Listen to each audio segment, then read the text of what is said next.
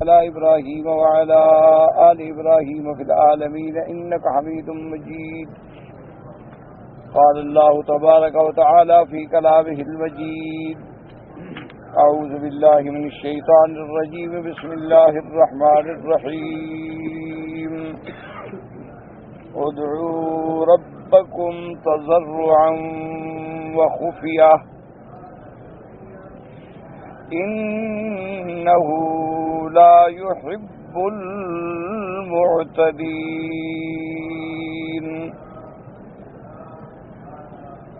ولا تفسدوا في الأرض بعد إصلاحها وادعوه خوفا وطمعا إن رحمة الله قريب من المحسنین.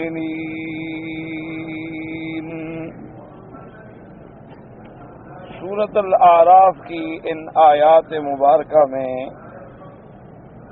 اللہ تبارک و تعالی نے آداب دعا کے بارے میں ارشاد فرمایا ہے. جیسا کہ سابقہ آیات مبارک میں آپ پڑھ چکے ہیں کہ اللہ تبارک و تعالی نے ارشاد فرمایا تھا کہ ان ربکم اللہ الذی خلق السماوات والارض فی 6 ایام ثم استوى علی العرش، کہ تمہارا رب وہ ذات پاک ہے کہ جس نے اس پورے آسمان و زمینوں کو 6 دنوں میں پیدا فرمایا اور اس کے بعد عرش پہ قرار پکڑا. تو اس میں اللہ نے اپنی قدرت کاملہ کا ذکر فرمایا تھا کہ تمام عالم کے پیدا کرنے والا کون ہے؟ اللہ. آسمانوں اور زمینوں کے پیدا کرنے والا کون ہے؟ اللہ تبارک. اور آخر میں 2 لفظوں میں اللہ تبارک و تعالی نے سارے دین کا خلاصہ بیان فرما دیا کہ الا لہ الخلق والامر، کہ اسی کی مخلوق ہے اور اسی کا حکم.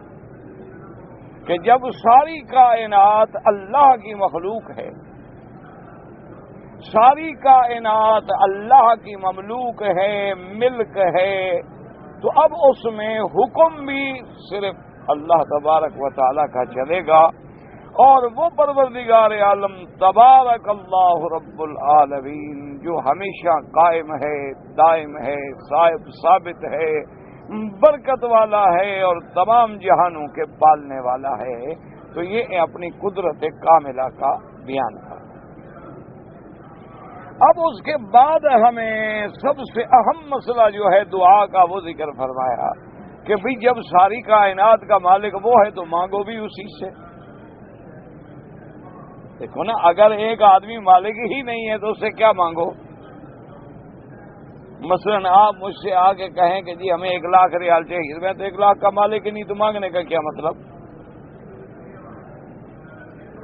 مانگا تو اسی سے جاتا ہے نا جو پہلے مالک بھی ہو اور دینے کی طاقت اور قوت بھی رکھتا ہو.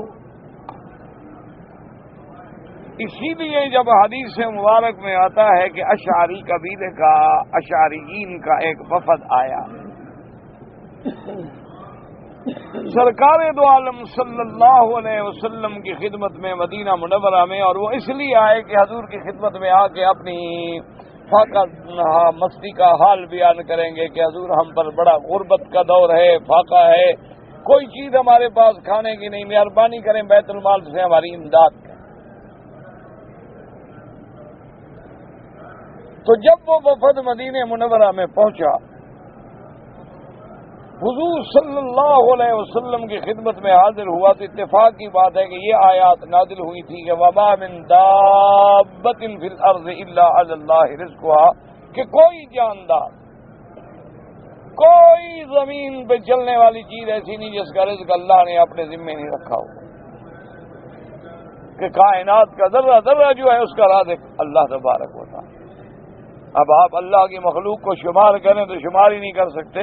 صرف سمندر کی مخلوق کو دیکھ لیں، پانی کی مخلوق کو دیکھ لیں، صحرا کی مخلوقات کو دیکھ لیں، رات کی دن کی فضاؤں میں ہواؤں میں کتنی اللہ کی مخلوق ہے، کتنے حشرات ہیں، تو یعنی کوئی بندے کی طاقت ہی نہیں کہ شمار کر سکے۔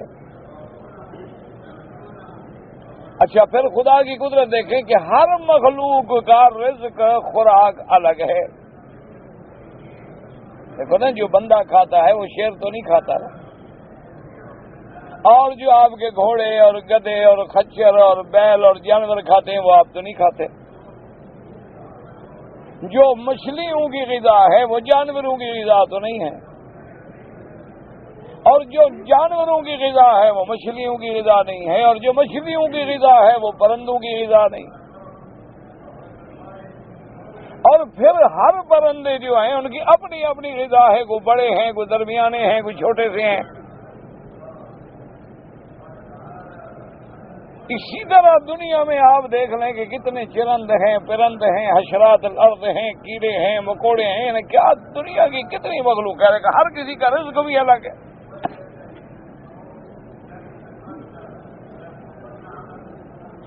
اور سب کو اپنے وقت پہ اللہ تبارک و تعالی روزی پہنچا رہے ہیں، سب کو رزق مل رہا ہے۔ اگر کوئی کیڑا پتھر کے درمیان میں بھی ہے اس کو بھی وہاں رزق مل رہا ہے۔ جن و انس ہیں ان کو بھی رزق مل رہا ہے۔ دنیا میں جتنے حشرات ہیں، جتنے حیوانات ہیں، جتنی انواع و اقسام ہیں، یعنی آپ شمار ہی نہیں کر سکتے۔ اچھا بعض جانور ایسے ہیں کہ جن کی غذا ہی صرف خون پینا ہے، مل رہا ہے۔ بعض جانور ایسے ہیں کہ جو صرف گوشت کھاتے ہیں، مل رہا ہے۔ اچھا بعض آپ نے دیکھا ہے بڑے بڑے سفید پرندے ہیں، ان کی غذا چھوٹی چھوٹی مچھلیاں ہیں، مل رہا ہے۔ اور بعض جانور ایسے ہیں کہ وہ چڑیا کے بالکل چڑیا سے بھی چھوٹے ہیں، ان کو بھی غذا مل رہی ہے۔ اسی لیے حضور پاک صلی اللہ علیہ وسلم نے فرمایا کہ اسی پہ غور کرو کہ صبح جب ہوتی ہے اور پرندے اپنے اپنے گھونسلوں سے نکلتے ہیں تو خالی پیٹ ہوتے ہیں، واپس آتے ہیں تو پیٹ بھر کے آتے ہیں۔ اور سب سے کم ترین اور کمزور ترین چیز کیا ہے؟ چیونٹی۔ لیکن اس کو بھی دیکھو اللہ نے کیسے غذا فراہم کی ہے۔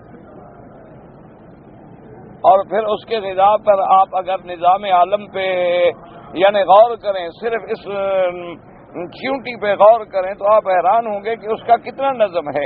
آپ دیکھیں نا جب وہ کہیں سے نکلیں تو کیسی لائن میں جا رہی ہیں، اتنی سیدھی لائن بندہ بھی نہیں بنا تھا۔ اور پھر وہ باقاعدہ جناب اپنی خوراک کو جمع کر دی ہیں کہ بھی اگر ہمیں 2 مہینے خوراک نہ ملے تو پھر کیا کریں گے۔ اچھا پھر خدا کی قدرت دیکھو کہ جو دانہ آپ کی گندم مثلا ایک دانہ ہے، وہ اگر اس کو بیچاری چھوٹے سے دانے کو لے کے بھی جائے گی تو اللہ کی شان دیکھو کہ اگر دانے کو آپ رکھ دیں ہو سکتا ہے کہ دانہ پھوٹ پڑے، اس لیے وہ اس کو توڑ دے گی، یا پھر اس میں وہ قوت نمو ختم ہو جاتی ہے۔ اور پھر اس کو بھی پتا ہے کہ میں نے اپنے بلوں سے کب نکلنا ہے۔ اس نے بھی اپنے گرمی اور سردی سے بچنے کے لیے گھر بنائے ہوئے ہیں۔ اچھا اور کبھی کبھی ایسا اتفاق ہوتا ہے، اگلے دن میں اخبار میں باقاعدہ دیکھ رہا تھا کہ اب دیکھیں نا جی کہ بلی ہے تو بلی اور مرغی کے بچوں کا کیا جوڑ ہو سکتا ہے؟ یعنی آپ کو پتا ہے تو بلی تو فوراً مرغے کے بچے کو کھا جائے، لیکن ایک گھر میں ایسے حالات پیدا ہو گئے کہ اس گھر میں کوئی ایسی یعنی تکلیف آ گئی کہ گھر والے چلے گئے، پریشانی آ گئی، تو وہاں بلی جو تھی اس کا اور مرغی کے بچوں کی آپس میں صلح ہو گئی، اتفاق ہو گیا، ابھی یہ بھوکے ننگے کی حفاظت میں نے کرنی ہے۔ تو اب وہ بلی منہ میں پکڑے ہوئے اور نیچے سے دوسرا ہاتھ رکھے ہوئے ہے کہ اس کے مرغی کے بچے کو تکلیف نہ ہو، اور اٹھا کے اس کو محفوظ مقام پہ لے جا رہی ہے۔ اسی طرح حضرت تھانوی رحمت اللہ علیہ نے ایک واقعہ لکھا ہے کہ ایک دفعہ ایسا ہوا ہند میں کہ ایک زبردست طوفان آیا پانی کا، اور آبادیوں کی آبادیاں اجڑ گئیں، گھروں کے گھر برباد ہو گئے۔ تو کسی پرانے سے گھر کا جو چھپر تھا وہ جب گھر ٹوٹ گیا تو چھپر پانی میں بہہ گیا۔ اب جب چھپر پانی پہ بہ گیا تو کچھ بچے تھے، کچھ اپنا مرغیوں کے بچے تھے، کچھ انسانوں کے بچے تھے، کچھ عورتیں نکل اسی کے اوپر بیٹھ گئے۔ اور جناب کہیں سے سانپ نکلا، کہیں سے بچھو نکلا، وہ بھی اسی چھپر پہ بیٹھ گیا، اور ہوتا سارے تیرتے ہوئے آ رہے ہیں اور کوئی کسی کو کچھ نہیں کہتا۔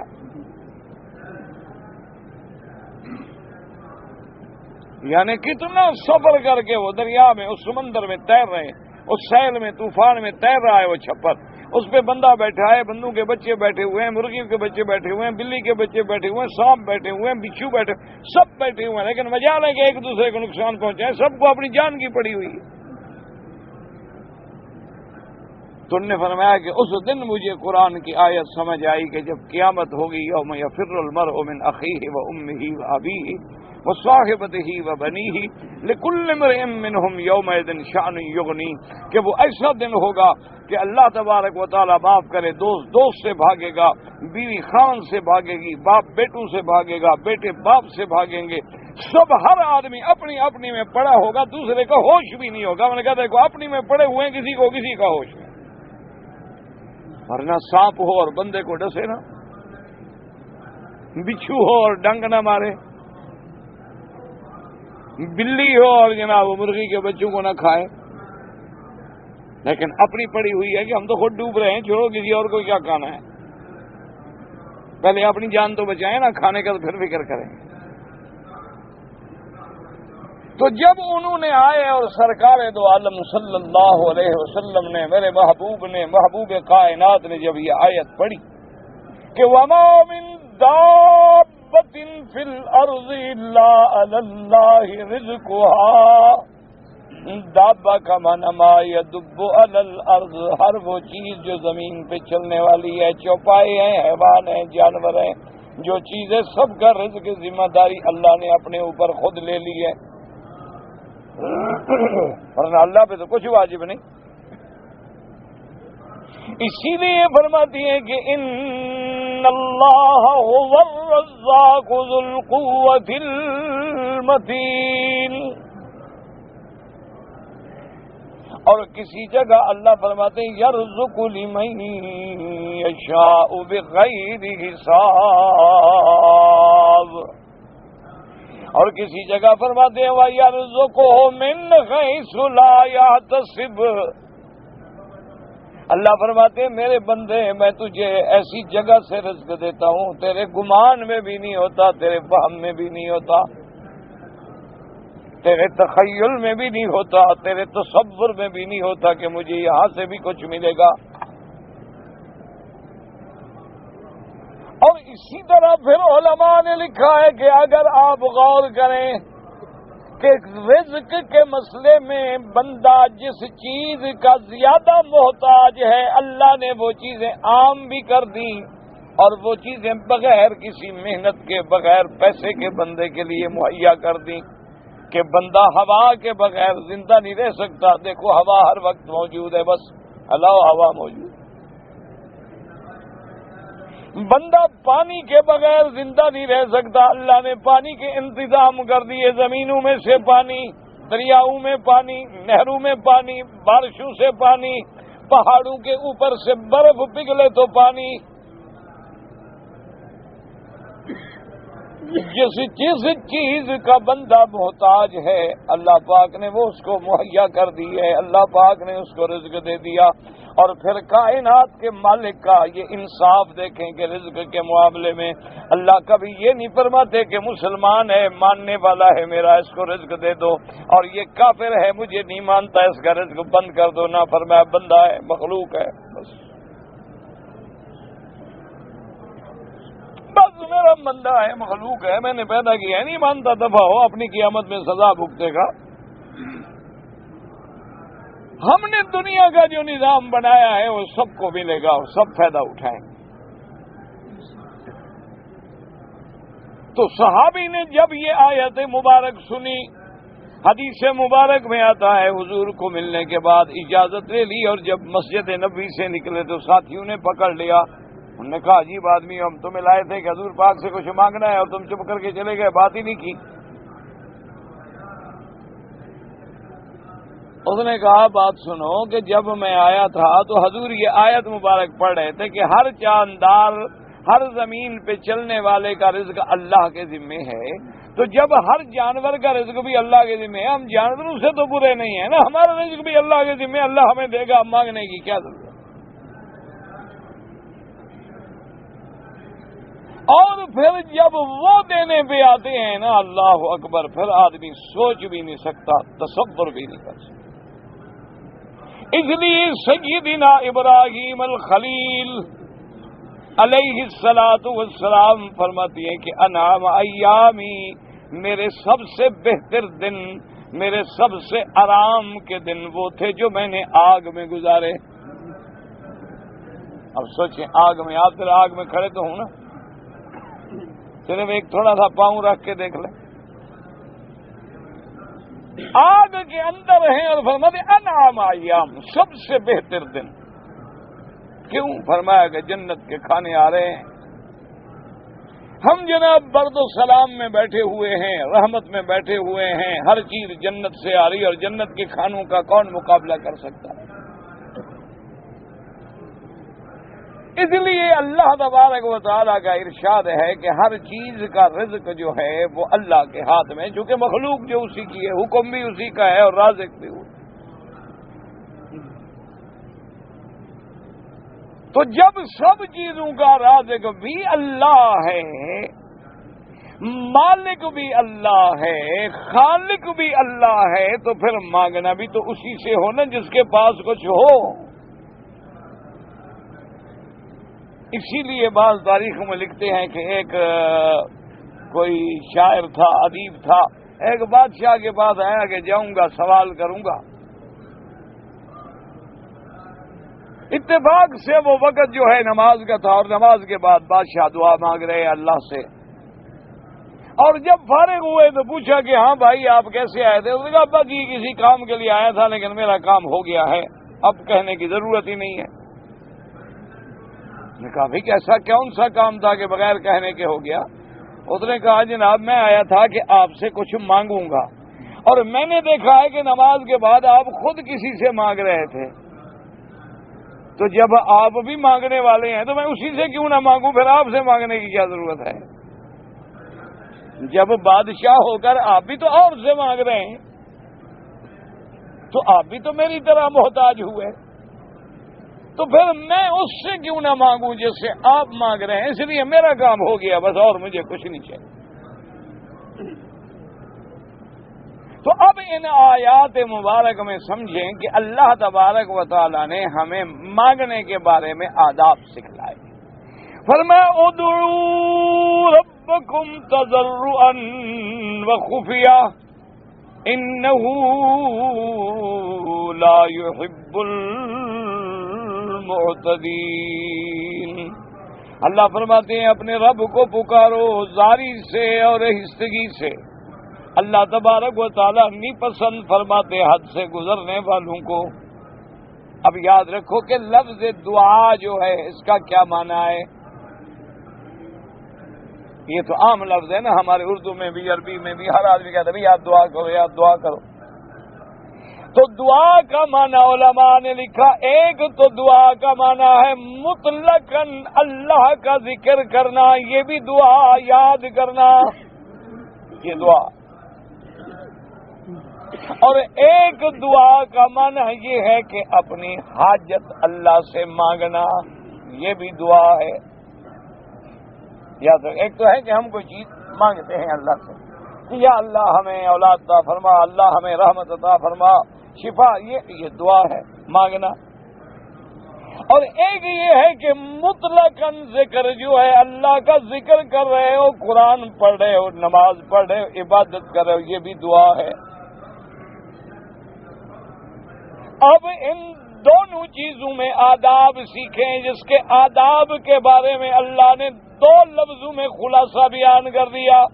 فرمایا ادعوا ربکم تضرعا وخفیہ، کہ جب اپنے رب سے مانگو تو عاجزی سے، تضرع سے، ذلت سے، انکساری سے مانگو۔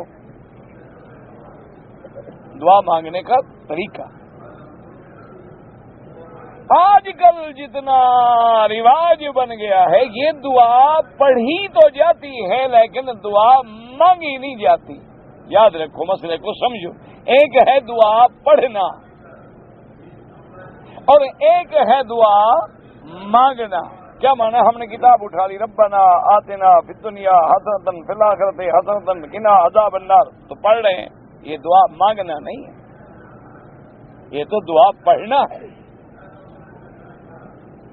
یا اسی طرح جیسے ہمارے عام ملکوں میں، مسلمان ملکوں میں بہت رواج پھیل گیا ہے کہ نماز کے بعد جناب امام دعا پڑھ رہا ہے اور مقتدی آمین کہہ رہے ہیں، مقتدی کو پتہ ہی نہیں جو پڑھ رہا ہے وہ کیا پڑھ رہا ہے، اس دعا کا معنی کیا ہے، مفہوم کیا ہے، مطلب کیا ہے، اس کو کوئی پتہ نہیں، بس ایک رواج ہے، آمین آمین آمین، بس لگی۔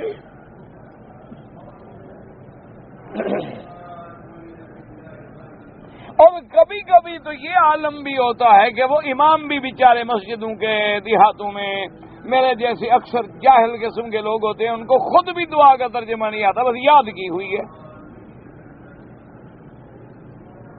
اور 10 سال ان کے پیچھے نماز پڑھتے رہے، وہی دعا مانگیں گے، کیوں؟ اور تو آتی نہیں نا، غریب کو کرے کیا؟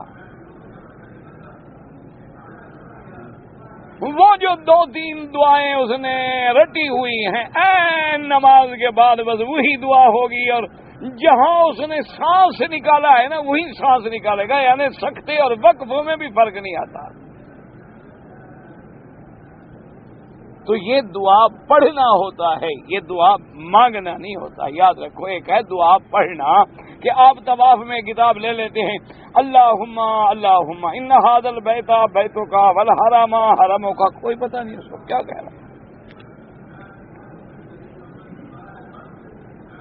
بس وہ پڑھ رہا ہے۔ اللہم انی اعوذ بک من الشک والشرک، اس کو کوئی پتہ نہیں، کبھی کہتا ہے شک، کبھی کہتا ہے شک، کبھی کہتا ہے شک، کبھی کہتا ہے شرک، کبھی کہتا ہے شرک، کبھی کہتا ہے شرک، کوئی پتہ نہیں۔ اعوذ من الشک والنفاق والشقاق وسوء الاخلاق وسوء المنظر والمنقلب، کوئی پتہ نہیں اس کو کہ منظر کیا ہے، منقلب کیا ہے۔ تو یہ دعا پڑھنا ہے، یہ دعا مانگنا نہیں، ہمیشہ یاد رکھو، دعا مانگنا الگ چیز ہے، دعا پڑھنا الگ چیز ہے۔ ہاں کوئی آدمی یاد کر رہا ہے، بیٹھ کے پڑھ رہا ہے، تو یہ کہے کہ جی آج میں نے دعاؤں کی کتاب پڑھی تھی، انشاءاللہ اللہ اس کو پڑھنے کا بھی ثواب دیں گے۔ اچھا، ایک بندہ مانگ رہا ہے، اس کو پتہ بھی نہیں میں کیا پڑھ رہا ہوں، میں کیا مانگ رہا ہوں، اللہ کریم ہے شاید اس کے اس بے لفظی کو اور جہالت کو بھی جانتے ہوئے رحم فرما دے، وہ الگ بات ہے، لیکن یہ دعا مانگنا نہیں ہے جو شریعت میں دعا ہے۔ وہ تو کریم ہے، وہ چاہے تو آپ کو بغیر مانگے بھی تو دے سکتے ہیں نا، آپ نہ بھی مانگیں تو دے دیتے ہیں نا۔ آخر ہمیں پیدا جو کیا ہے تو ہم نے کون سی دعا کی تھی کہ اللہ میاں ہمیں پیدا کر؟ ہم نے کوئی دعا کی تھی؟ بس پیدا فرما دیا ہے، اور ہمیں ماں کے پیٹ میں جو رزق دیتے رہے تو کوئی ہم نے اندر کھڑے ہو کے مانگا تھا کہ اللہ میاں بھوک لگی ہے رزق دو؟ وہ ہم بھی دیتے رہے، اب بھی دنیا میں دے دیتے ہیں، لیکن ایک ہے یاد رکھو، دعا مانگنا، دعا مانگنے کے آداب۔ سب سے بڑا ادب تو یہ ہے کہ جب دعا مانگو تو تضرعاً، اتنی عاجزی سے، اتنی انکساری سے، اتنے تذلل سے، یہ تو نہیں کہ اللہ مدرکرانی اللہ، یہ تو مطالبہ کر رہے ہو اللہ سے، یہ دعا تھوڑی ہے، یہ تو ایسے ہے جیسے تم نے قرضہ لینا ہو کسی سے، یہ کون سی دعا ہے؟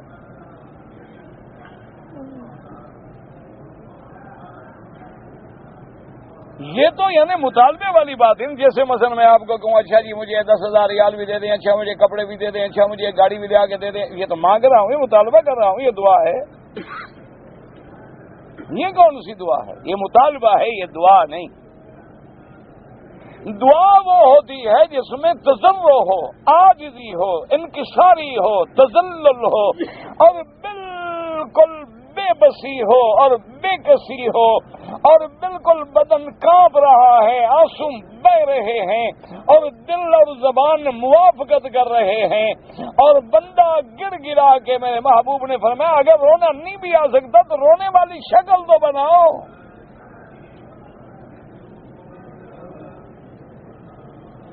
اس کی مثال دی ہے علماء نے کہ دیکھو کہ بچہ ہے سویا ہوا ہے, اچھا ماں بھی اپنے کام میں ہے, باپ بھی اپنے کام میں ہے, بہنیں بھی اپنے کام میں ہیں. وہاں جناب بچے نے رونا شروع کیا, چیخنا شروع کیا, کہاں شروع کی, تو دوڑی ماں, بہن دوڑ رہی ہے, باپ دوڑ رہا ہے, چیخ رہا ہے, بچے کو دیکھو بچہ رو رہا ہے. اب بچے کو جناب اٹھا رہے ہیں, اور جو ماں اٹھا کے بچے کو سینے سے لگاتی ہے تو رحمت جوش میں آتی ہے, بچے کے لیے دودھ بھی آ جاتا ہے.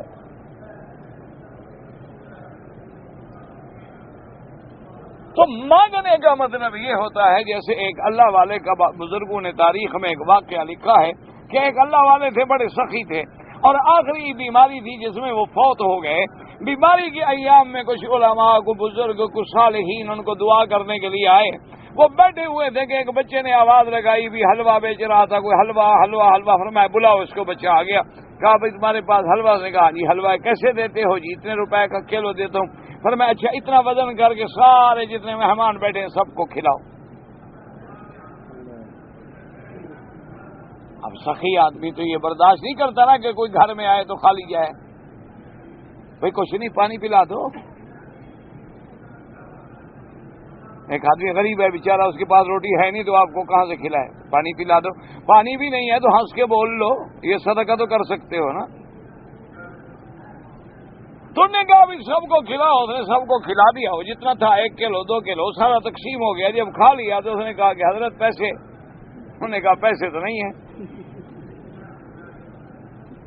انہوں نے کہا عجیب آدمی ہو, بزرگ آدمی ہو, فقیر آدمی, اللہ والے ہو, بیمار ہو, بستر پہ لیٹے ہوئے, موت کی گھڑی قریب ہے, میرے پیسے کھا رہے ہو؟ اور حضرت بات یہ ہے کہ میں تو نوکر ہوں, ملازم ہوں, میں تو بیچ کے مالک کے پاس لے جاتا ہوں, حلوہ تو مالک کا ہے, میں تو ملازم آدمی ہوں.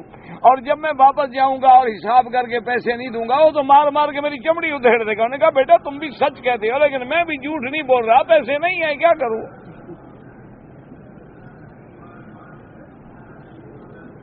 انہوں نے کہا جی عجیب بات ہے, جب پیسے نہیں ہیں تو میں ایسی سخاوت کرنے کی کیا ضرورت تھی؟ انہوں نے کہا گھر میں مہمان بیٹھے ہیں, کیا کروں؟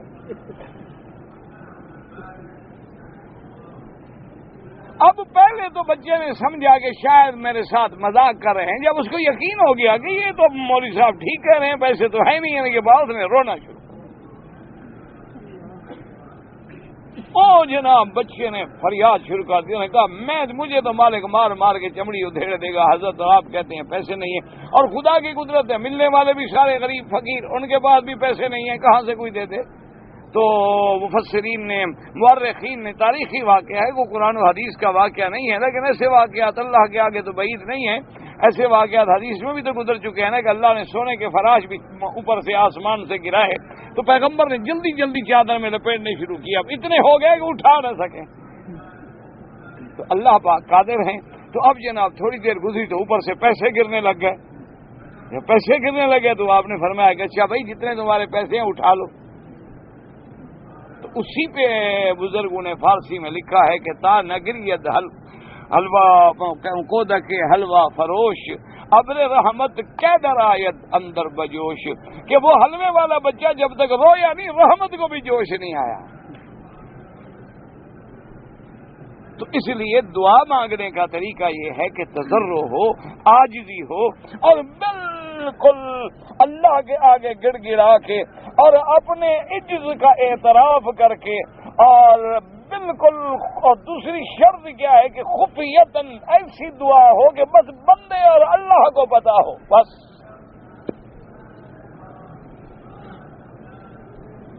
یہ نہیں کہ چیخ رہا ہے ربنا ربنا، یہ تو ناجائز ہے، یہ تو منع ہے۔ یا منتظم پہ کھڑا ہے تو بس جناب ایسے دعا مانگ رہا ہے کہ جو اور جو چار بندے کھڑے ہیں ان بیچاروں کو پتہ بھی نہیں لگتا کہ ہم کیا کریں۔ یہ تو ناجائز ہے، یہ تو ثواب کے بجائے گناہ کما رہے ہو کہ 8 آدمیوں کا ذکر جو ہے تم نے کاٹ دیا۔ یہ کون سی دعا ہے؟ اس لیے شرط ہے کہ عاجزی کے ساتھ ہو اور خفیہ معنی کیا ہے کہ اتنی آہستگی کے ساتھ کہ بس بندے کو اور مالک کو پتا ہے، اور ایک اس سے بھی زیادہ مقام ہے اخفا کا کہ وہ تو اتنا خفی دعا ہوتی ہے کہ لب بھی نہیں ہلتے لیکن بندہ مانگ رہا ہے۔ ایک تو ہے نا کہ دعا میں چلو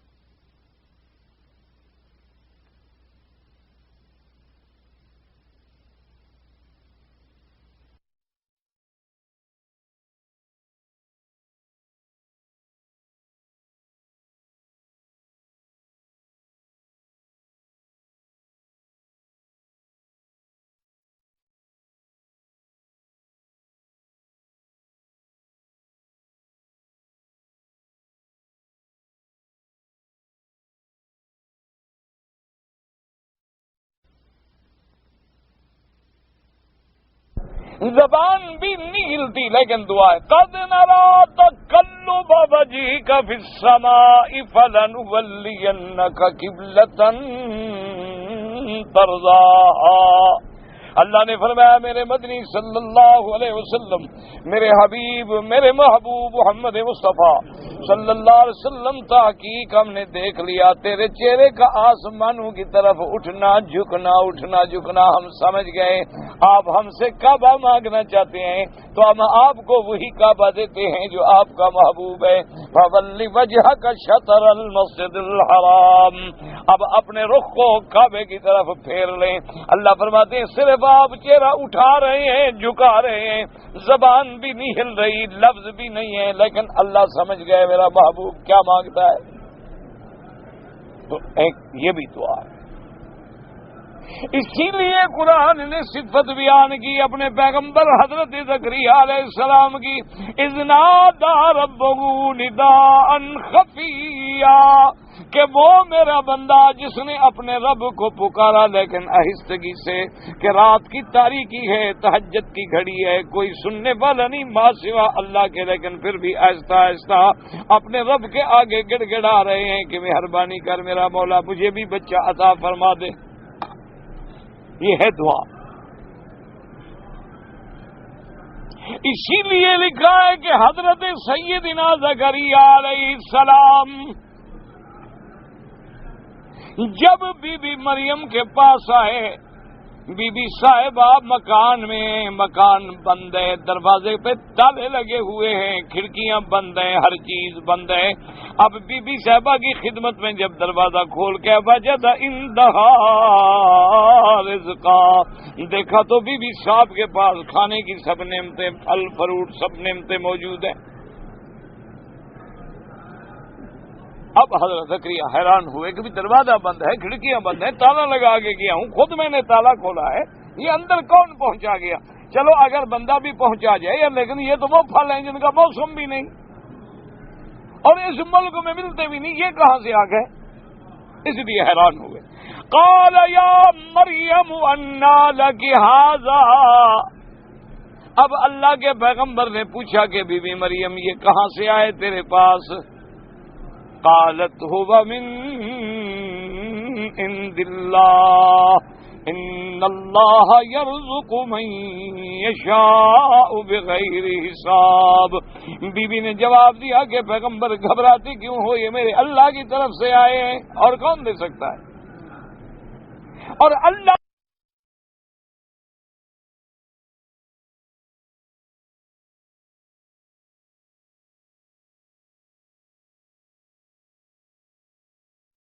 تبارک و تعالیٰ رزق دیتے ہیں جس کو چاہیں، بغیر کسی حساب کے، بغیر محنت کے، بغیر طلب کے، بغیر عدد کے دیتے ہیں۔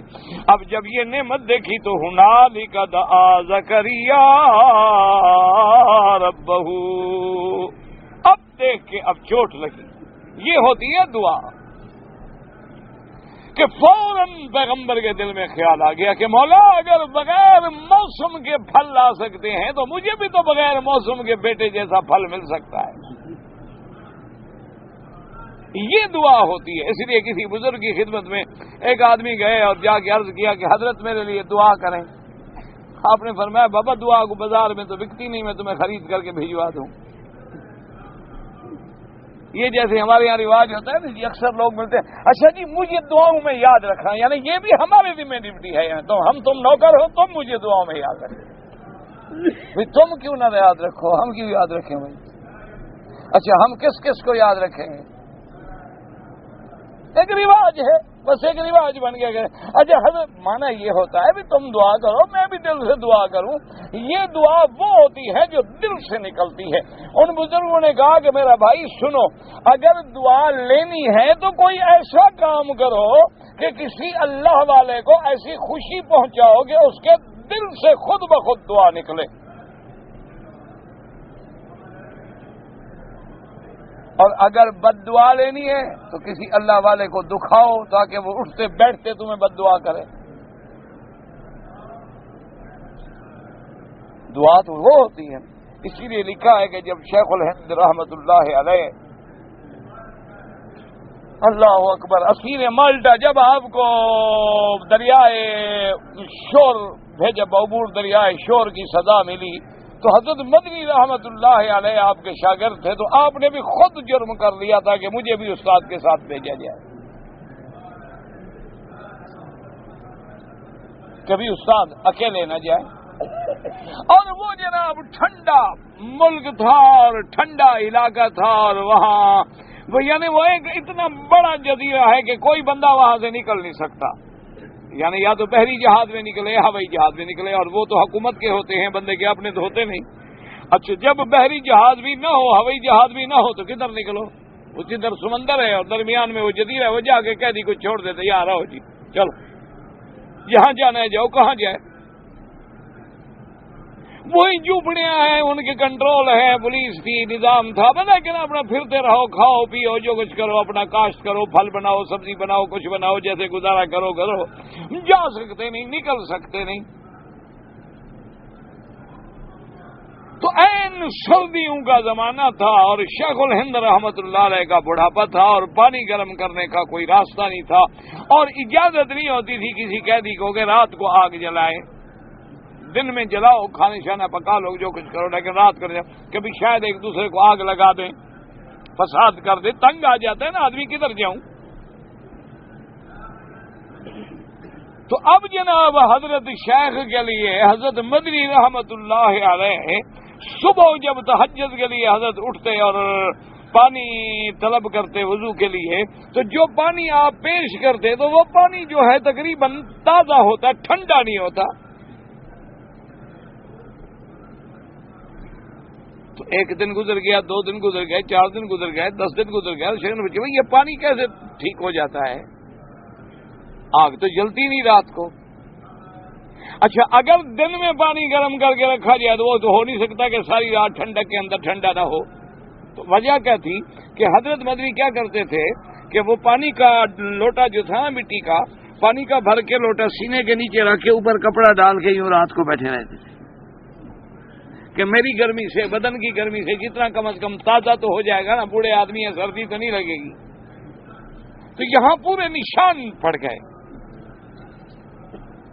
تو جب حضرت استاد نے دیکھا نا شاگرد کی حالت کو, تو پھر خود اندازہ کرو کہ اس استاد کے دل سے کیا دعائیں نکلی ہوں گی, کیسی کیسی دعائیں نکلی. یہاں میں نے اپنے آنکھوں سے دیکھا ہے, الحمدللہ ثم الحمدللہ, حضرت قاری فتح محمد صاحب رحمت اللہ علیہ, ان کے شاگرد تھے حضرت قاری رحیم بخش صاحب رحمت اللہ علیہ, جن کے لاکھوں شاگرد ہیں, پوری دنیا میں قرآن پڑھا رہے ہیں, ہر جگہ ان کا فیض ہے ماشاءاللہ. تو آپ کو پتا ہے کہ حج کے دنوں میں معلم کہہ دیتے ہیں حاجیوں سے بھی مینا جانا ہے نا, تو سارے حضرات جو ہیں ہمارے دفتر پہنچ جائیں عشاء کے بعد, کیونکہ گاڑی وہاں سے چلے گی. اب ہر آدمی کے گھر پہ تو گاڑی نہیں جا سکتی. اب حضرت قاری صاحب نے وہاں جانا تھا اور تقریباً 1 یا 2 فرلانگ کا فاصلہ ہے اور حج کے دن ہے اور رش ہے، ٹیکسی مل نہیں سکتی، کار جا نہیں سکتی، کوئی ذریعہ نہیں ہے، اور قاری صاحب نابینا بھی ہیں، معذور بھی ہیں، بیمار بھی ہیں اور حج پہ بھی جانا ہے۔ تو انہوں نے فرمایا کہ بھئی وہ مکتب تک تو جانا ہے، اب سواری کا کوئی انتظام نہیں ہے، تو اب کیا ہوگا؟ تو حضرت قاری رحیم بخش صاحب نے کہا کہ حضرت آپ ایسا کریں کہ میرے کندھے پہ بیٹھ جائیں اور میں اٹھا کے آپ کو لے جاتا ہوں۔ کئی شکل میں کہا نہیں میرے استاد ہے، میں ہی اٹھاؤں گا۔ اچھا وہ بھی بوڑھے، اپنے استاد کو کندھے پہ بٹھا کے جناب جا رہے ہیں۔ اچھا خدا کی شان دیکھو کہ استاد بھی قرآن پڑھ رہا ہے، شاگرد بھی قرآن پڑھ رہا ہے اور پیدل چل بھی رہے ہیں۔ اندازہ کریں کہ اس وقت استاد کے دل سے کتنی دعائیں نکلی ہوں گی۔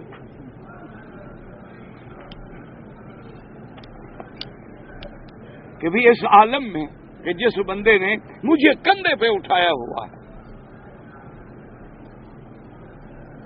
تو وہ اصل دعا ہوتی ہے جو دل سے نکلتی ہے، کہ اور اتنی خفیہ، اتنی راز کہ بس بندے اور رب کے درمیان میں ایک راز و نیاز ہے، ہو رہی ہے، اور وہ عاجزی سے رو رہا ہے اور عاجزی سے وہ اپنے مالک سے مانگ رہا ہے۔ اسی لیے حضرت مالک ابن دینار رحمت اللہ علیہ فرمایا کرتے تھے کہ بھائی ہم تو جب دعا مانگتے ہیں الحمدللہ ہمیں تو پتہ لگ جاتا ہے کہ یہ دعا منظور ہو گئی یا منظور نہیں ہوئی۔ تو شاگردوں نے پوچھا حضرت یہ کیسے پتہ لگ جاتا ہے؟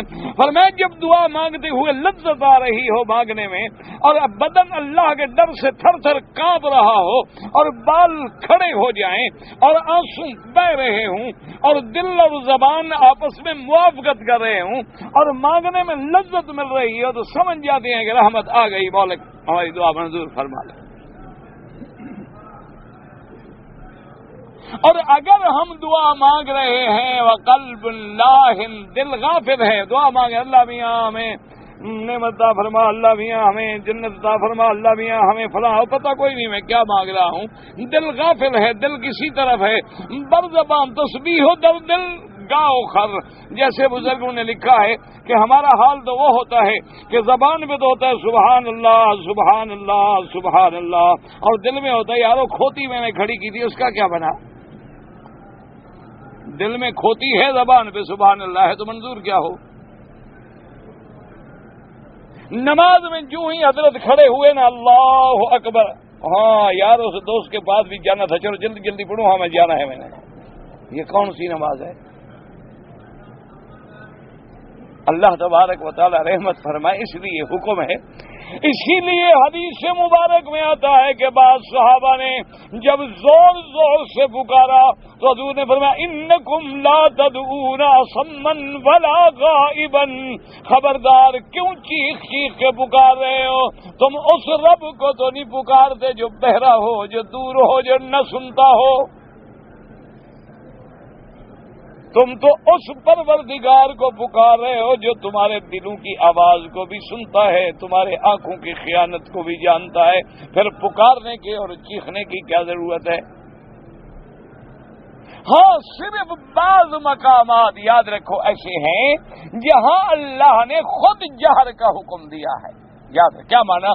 کہ اذان دو تو اونچی آواز کے ساتھ تاکہ لوگوں کو پہنچے ندا تمہاری، کہ اذان وہ دے جو آواز بلند رکھتا ہو کہ اللہ اکبر۔ اب اگر اللہ اکبر کون سنے گا؟ اسی طرح حکم ہے کہ تکبیر وہ دے جس کی آواز بلند ہو تاکہ لوگ اقامت کے بعد نماز میں شریک ہوں۔ اسی طرح حکم ہے کہ فجر کی نماز ہے، اگر عشاء کی نماز ہے، مغرب کی نماز ہے، یہ چونکہ غفلت کے اوقات ہیں، وہ صبح نیند سے اٹھنے کا وقت ہے اور یہ نیند کی طرف جانے کا وقت ہے، اور سارے دن دنیا میں منہمک رہ کے آدمی غفلت میں دماغ لگا ہوا ہے۔ اللہ نے حکم دیا کہ امام جہر سے قرآن پڑھے تاکہ غافلوں کو جگا دے، کہ سارا دن اس نے دنیا میں گزارا ہے، باپ ہے، تاجر ہے، بزنس مین ہے، دکاندار ہے، اور اسی میں 2 2 4 4 4 8 8 8 16 میں لگا رہا ہے۔ تو اب مغرب کی نماز کا وقت آیا ہے تو حکم ہے کہ جار سے قرآن زور سے پڑھے امام، یہاں بھی زور سے پڑھنے کا حکم ہے۔ اسی طرح حکم ہے کہ جب حج پڑھیں تو لبیک اللہم لبیک، لبیک لا شریک لک لبیک، وہاں بھی حکم ہے کہ زور زور سے پڑھیں، تاکہ جہاں تک تمہاری آواز جاتی ہے ہر چیز، ذرہ ذرہ، پہاڑ پتھر کچھ بھی ہے، سب جواب دیتے ہیں۔ تو بعض چیزیں ایسی ہیں جہاں اللہ نے خود جہر کا حکم دیا ہے کہ وہاں زور سے کیا جائے، کہ جیسے لبیک میں زور سے مانگنا ہے، اسی طرح نماز میں جو جہری نمازیں ہیں جہر سے پڑھنا ہے، اسی طرح امام جب خطبہ دے تو بلند آواز سے خطبہ دے، اور جب آیات وعید آئے تو بڑی زور سے پڑھے تاکہ لوگوں کے دلوں میں اثر پیدا، خشیت پیدا، ورنہ باقی ہر چیز کے اندر ذکر جو ہے وہ ذکر خفی۔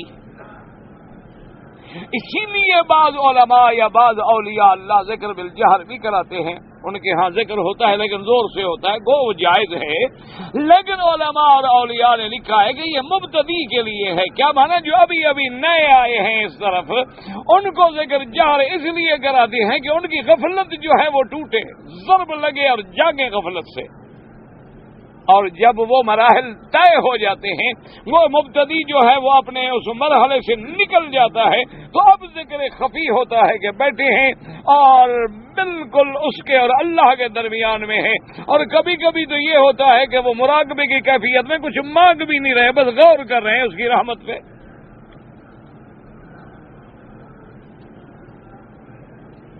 اس لیے آداب دعا ہیں، یاد رکھو، یہ ہے دعا مانگنا، کہ دعا مانگے اور دعا میں کیا ہو؟ تضرع ہو، اور دوسری چیز کیا ہے؟ دعا میں آہستگی ہو، چیخ چیخ کے نہ مانگے، اور عاجزی سے، گڑ گڑا کے، انکساری سے، اور بالکل، اور اسی طرح علماء نے لکھا ہے کہ اور آداب دعا میں کیا ہے کہ دعا سے پہلے درود پڑھے محمد مدنی پر، اور افضل درود وہ ہے جو تم نماز میں پڑھتے ہو، سب سے افضل، کیونکہ سب سے افضل نہ ہوتا تو اللہ کے نبی نماز میں تو نہ سکھلاتے تھے۔ درود پڑھے اور اللہ پہ حمد و ثنا، اس لیے یاد رکھے کہ ایک میرے دوست تھے، اب اللہ عالم مدت ہو گئی ملاقات نہیں ہوئی، وہ کہتی ہیں کہ وہ ایک بہت بڑے عہدے پہ تھے، بہت بڑا ان کا عہدہ تھا، لیکن ان لوگوں میں تھے جو کبھی رشوت نہیں کھاتے، حرام نہیں کھاتے، وہ بیچارے ایک مصیبت میں آ گئے۔ ایسے لوگوں پر تو پھر اکثر غصے آتے ہیں نا افسروں کو، جو آدمی ناجائز بات نہ کرے، تو ایک بیچارے مصیبت میں مبتلا ہو گئے۔ وہ کہتے ہیں اچھا یہ ان کا وہ دور تھا کہ جب وہ سرکاری عہدے پہ تھے، بڑے افسر تھے، کوئی دین کے ساتھ اتنا تعلق نہیں تھا، یعنی نماز تو پڑھتے تھے لیکن یہ نہیں کہ کوئی دین کے ساتھ زیادہ ہوتا ہے نا، شغف ہوتا ہے، شوق ہوتا ہے، یہ نہیں تھا۔ وہ اپنی ڈیوٹی میں، اپنے عہدے پہ، اقتدار میں، بس نماز پڑھ لیتے تھے۔ وہ کہتے ہیں کہ جب مجھ پہ اتنی مشقت آئی، اتنا حالات میرے پریشان ہو گئے کہ کوئی حل سمجھ نہ آئے، تو کہتے ہیں کہ بس میں نے، اور مجھے کسی بزرگ نے کوئی وظیفہ بتایا نہ، میں کبھی بزرگوں کے پاس جاتا تھا، نہ ملتا تھا، نہ اٹھنا، نہ بیٹھنا، نہ تعلق، بس دل میں خیال آ گیا، میں نے 2 رکعت نماز شروع کی، اور جب 2 رکعت میں نے نماز شروع کی نتیجی، اور 2 رکعت نماز پڑھنے کے بعد بس یہی، اور مجھے آتا کچھ نہیں تھا، اسی سورت فاتحہ میں بیٹھا، اور اسی آیت میں جب میں آ گیا نا کہ ایاک نعبد و ایاک نستعین، تیری ہی عبادت کرتے ہیں اور تجھ ہی سے مدد مانگتے ہیں۔ وہ کہتے ہیں میں اسی آیت کو پڑھتا رہا، روتا رہا اور غور کرتا رہا کہ اللہ تجھ سے مدد مانگتا اور کس سے مانگوں، بس یہی آیا، ایاک نعبد و ایاک نستعین، ایاک نعبد و ایاک نستعین. کہتے ہیں میں رو بھی رہا ہوں اور یہی آیت بھی میں پڑھ رہا ہوں, اور کتنی دیر تک میں روتا رہا, پڑھتا رہا, روتا رہا, پڑھتا رہا. اس کے بعد میں نے درود شریف ختم کیا اور پھر دعا مانگ کے جب میں اٹھا مصلی سے, تو کہتے ہیں میرے دل کو ایسے سکون آنا شروع ہو گیا, ایسے ٹھنڈک پڑ گئی کہ جیسے اللہ پاک رحمت فرمائے ایک دم گرمی سے آدمی ٹھنڈک میں آ جاتا ہے, اطمینان آیا, طبیعت مطمئن ہو گئی. اور صبح کی نماز پڑھ کے جو ہی میں دفتر میں آیا تو میرا جو مسئلہ تھا بالکل حل ہو چکا تھا. فرماتے مجھے کوئی پتہ نہیں تھا, نہ مجھے مانگنے کا پتہ تھا, نہ مجھے کسی بزرگوں سے تعلق تھا, نہ بس دماغ میں خیال آ گیا کہ بھئی یہ دعا بھی ہے اور یہ ہر بیماری کا علاج بھی ہے, اور قرآن کو اللہ نے اسی سے ابتدا کیا ہے, اور یہ اللہ کی ہر نماز میں پڑھی بھی جاتی ہے. تو اس صورت میں کوئی نہ کوئی تو ہے ایسی بات, اور پھر اس میں سب سے بڑی جامع دعا بھی ہے کہ اہدنا الصراط المستقیم. کہتے میں ابھی وہاں تک بھی نہیں پہنچا, میں تو ایاک نعبد و ایاک نستعین پہ ہی بیٹھا رہا اور اسی پہ دل دماغ کو جما دیا کہ تیرے بغیر کوئی مدد نہیں کر سکتا. اور آنسو بہ رہے ہیں اور میں پڑھ رہا ہوں اور پڑھ رہا ہوں, اور بس جو ہی میں نے ختم کی طبیعت مطمئن ہوگی, صبح اٹھا کام ہو گیا. تو اس لیے ہمیشہ یاد رکھیں کہ اول میں درود شریف اور دعا کے آخر میں بھی درود شریف. کیوں؟ وجہ یہ ہے کہ درود کے بغیر بھی دعا منظور نہیں ہوتی. اچھا, اللہ کی طرف وہ اعمال اٹھائے جاتے ہیں, عرش کی طرف جاتے ہیں جو اعمال اچھے ہوں. ہمارا مانگنا نہ مانگنے کا تو پتہ نہیں, درود کے اچھے ہونے میں تو کوئی شبہ ہی نہیں نا, وہ تو لازماً اوپر جائے گا. تو جب وہ اوپر جائے گا تو ہماری عرضی بھی ساتھ نکل جائے گی, اور اگر عرضی ہی نیچے گر گئی تو پھر کیا فائدہ ہوا. اس لیے پہلے بھی درود شریف اور دعا کے آخر میں بھی درود شریف, اور اللہ کی حمد و ثنا. جب بھی دعا کریں تو اللہ کی حمد و ثنا جو بھی آتی ہے, کچھ بھی نہیں آتا تو الحمدللہ رب العالمین, الحمدللہ رب, یہ اللہ کی حمد و ثنا ہے. اور اللہ کی حمد و ثنا کے بعد وہ دعا مانگیں جس کا ترجمہ, معنی, مطلب تمہیں آتا ہے. اگر عربی میں نہیں آتا اپنی زبان میں مانگو, تمہیں تو پتا ہو نا میں کیا مانگ رہا ہوں. یہ ہے مانگنا, اور مانگو عاجزی سے اور بالکل خفیہ کہ تیرے اور اللہ کے درمیان میں ہو. اور تیسری چیز کیا ہے کہ جب دعا مانگو تو اللہ کی رحمت پہ اتنے یقین اور ایقان سے مانگو کہ میں نے اپنے مالک سے لینا ہے اور آج لے کے جانا ہے, ورنہ دروازہ چھوڑنا ہی نہیں. اتنا یقین, اور اللہ کے عذاب کا ڈر بھی ہو کہ پتہ نہیں میری کوئی لفظ غلط ہو جائے تو شاید بجائے کچھ ملنے کے میں پکڑا جاؤں, مارا جاؤں. دیکھو نا جی, بادشاہ سے لوگ مانگنے کے لیے جاتے ہیں, کبھی ایسا کلمہ زبان سے نکلتا ہے کہ بادشاہ خوش ہو جاتے ہیں, اور کبھی اللہ معاف کرے ایسے لفظ زبان سے نکل جاتا ہے بادشاہ ناراض ہو جاتے ہیں. تو یہ دنیا کے بادشاہ ہیں تو وہ تو بادشاہوں کا بادشاہ, ساری کائنات کا بادشاہ ہے. اس کی دربار میں بھی ہو سکتا ہے کوئی لفظ ایسا ٹیڑھا نکل جائے کہ ساری زندگی برباد. اور اسی سے بعض علماء اور ائمہ کرام نے لیا ہے کہ لفظ آمین جو ہم کہتے ہیں, دیکھو نا قرآن ختم, فاتحہ ختم کر کے غیر المغضوب علیہم ولا الضالین آگے کہتے ہیں آمین. تو آمین کا کیا معنی ہے؟ اللہم استجب, کہ یا اللہ ہماری دعا قبول فرما. تو اس لیے بعض ائمہ نے قرآن کی اس آیت کو بھی سامنے رکھ کے یہ مسئلہ اخذ فرمایا ہے کہ آمین بھی چونکہ دعا ہے اس لیے وہ بھی آہستہ کرنی چاہیے, کہ دعا کا فلسفہ ہی آہستہ مانگنا ہے, کہ دعا کا معنی ہی یہی ہے کہ وہ آہستہ ہو.